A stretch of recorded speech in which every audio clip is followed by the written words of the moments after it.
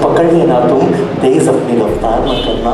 भूल न जाना मेरी उंगली थाम के तुमने पाँव पाँव चलना सीखा, मेरे बाहों के हल्के में गिरना और संभलना सीखा। जब मैं बातें करते करते रुक जाऊं, खुद को दोहराऊं, टूटा रब पकड़ न पाऊं, यादें माजी में खो जाऊं, आसानी से समझ न पाऊं, मुझको नरमी से समझा देना।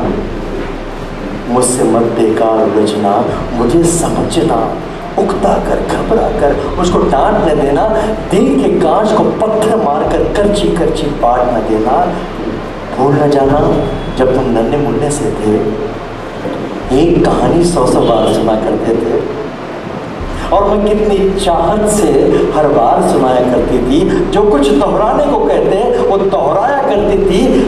अगर मैं जल्दी समझ न पाऊँ, वक्त से कुछ पीछे रह जाऊं, मुझको कुछ मोहलत दे देना, शायद मैं कुछ सीख सकूं। मैंने बरसों मेहनत करके तुमको क्या क्या सिखलाया था, खाना पीना चलना फिरना उठना बैठना लिखना पढ़ना और आंखों में आंखें डालकर इस दुनिया में आगे बढ़ना।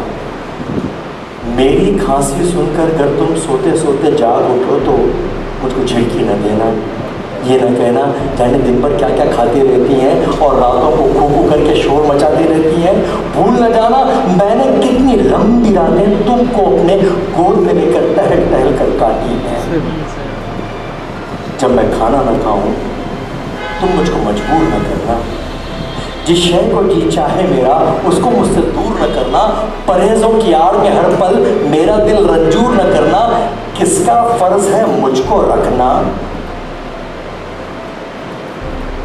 किसका फर्ज है मुझको रखना, इस बारे में एक दूसरे से बहस न करना, आपस में बेकार न लड़ना। जिसकी कुछ मजबूरी हो उस भाई पर इल्ज़ाम न धरना। अगर मैं एक दिन कह दूं अब जीने की चाह नहीं है, तुम मुझ पर नाराज न होना।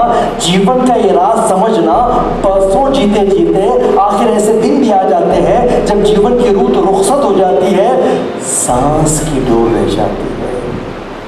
शायद कल तुम जान सकोगे, शायद कल तुम जान सकोगे, इस माँ को पहचान सकोगे।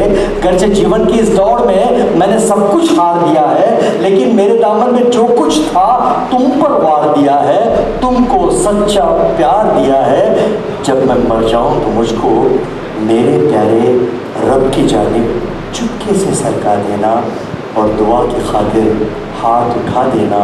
मेरे प्यारे रब से कहना, रहम हमारी माँ पर कर दे, रहम हमारे माँ बाप पर कर दे, जैसे उसने बचपन में हम कमज़ोरों पर रहम किया था। भूल न जाना मेरे बच्चों, जब तक मुझ में जान थी बाकी, खून रगों में दौड़ रहा था, दिल सीने में धड़क रहा था। खैर तुम्हारी मांगी मैंने, मेरी हर एक सांस दुआ थी।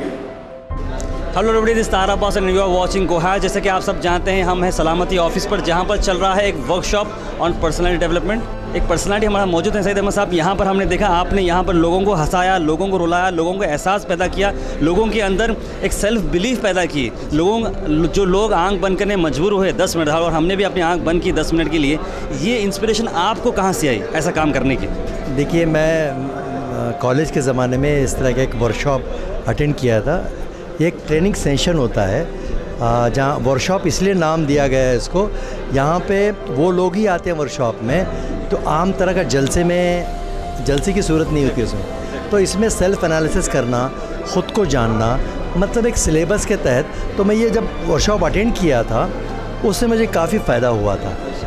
और कॉलेज के ज़माने में परफॉर्मिंग स्किल को लेकर अपने आप को कैसे प्रेजेंट करें या अपने सोचों को कैसे इजहार करें, असल सक्सेस यहीं से होता है। लेकिन वो वर्कशॉप का असर मैं ज़िंदगी में कभी अपने जहन से निकाल नहीं पाया, और इसी को मैंने फील्ड बनाई फिर, क्योंकि आज इसकी बहुत ज़्यादा ज़रूरत है। मनफी सोच बहुत बढ़ रही है, तो मुझे ऐसा लगा कि इस फील्ड में आना चाहिए, क्योंकि लोग एक्चुअली बहुत प्यासे हैं और बहुत सारे मुझ जैसे लाखों ट्रेनर की ज़रूरत है।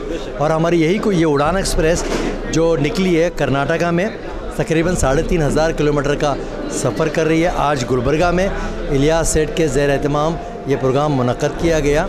ये हम बसो कल्याण से होते हुए बिदर होते हुए गुलबर्गा और यहाँ से मुसलसिल यादगीर रायचूर होते हुए ये बेंगलोर पहुँचेगी। 3,500 किलोमीटर का सफ़र। तो गांव-गांव, शहर-शहर, बस्ती-बस्ती, स्कूल्स में, कॉलेजेस में, दीनी मदारिस में हमारे हमवतनों के साथ, ड्रॉप आउट के साथ ये एक मैसेज हम लेकर निकले हैं उड़ान के ज़रिए। हमारा मैसेज ये है, जो अपनी सोच को ऊंची उड़ान देता है, खुदा भी उसको नया आसमान देता है। एनिकेटेड चेयरमैन इलियास सेठ, आपने इनविटेशन दी सईद साहब को, इतना अच्छा प्रोग्राम है, काफ़ी सारे लोग मोटिवेट हुए, इसके पीछे रीज़न क्या था, क्या वजह से आपने बुलाया था? इसकी वजह हमारे जो नौजवान हैं और जो बुज़ुर्ग हैं, जो भी हमारे साथी हैं, मैं चाहता था उनका एक वर्कशॉप हो, एक नई चीज़, एक नए अंदाज में। वैसा हमेशा हम लोग सुनते रहते, लेकिन एक नए अंदाज में एक चीज़ समझाना है। बड़ों का अदब बहुत अहम चीज़ है, अदब जो है बहुत अहम चीज़ है। और दूसरा है वक्त की कदर करना, बहुत अहम चीज़ है। हम वक्त ज़ाया करते, वक्त की कदर करना।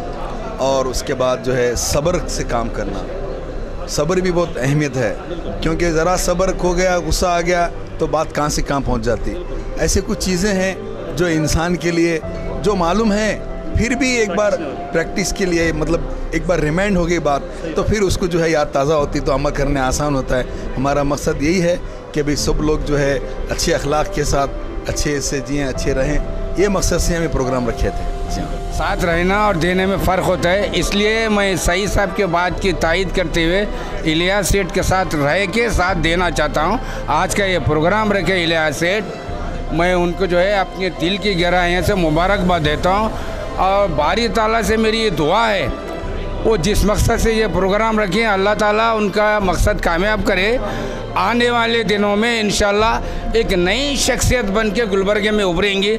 मैं सबसे पहले तो मैं इलियास सेठ को मुबारकबाद दूंगा, और साथ ही साथ राब्ता फाउंडेशन से जो सैयद साहब आए हैं, उनका मकसद जो है ना, आज जो नौजवान अपने इसमें परेशान है, सेल्फ़ कॉन्फिडेंस नहीं है, एक सेल्फ़ कॉन्फिडेंस बिल्टअप करने का जो काम कर रहे हैं, जैसा कि वो 700 शहरों में जाकर, ये 700 गाँव में जाकर काम करे हैं, 12,000 किलोमीटर कवर करे हैं। मैं मुबारकबाद देता हूँ सईद साहब को।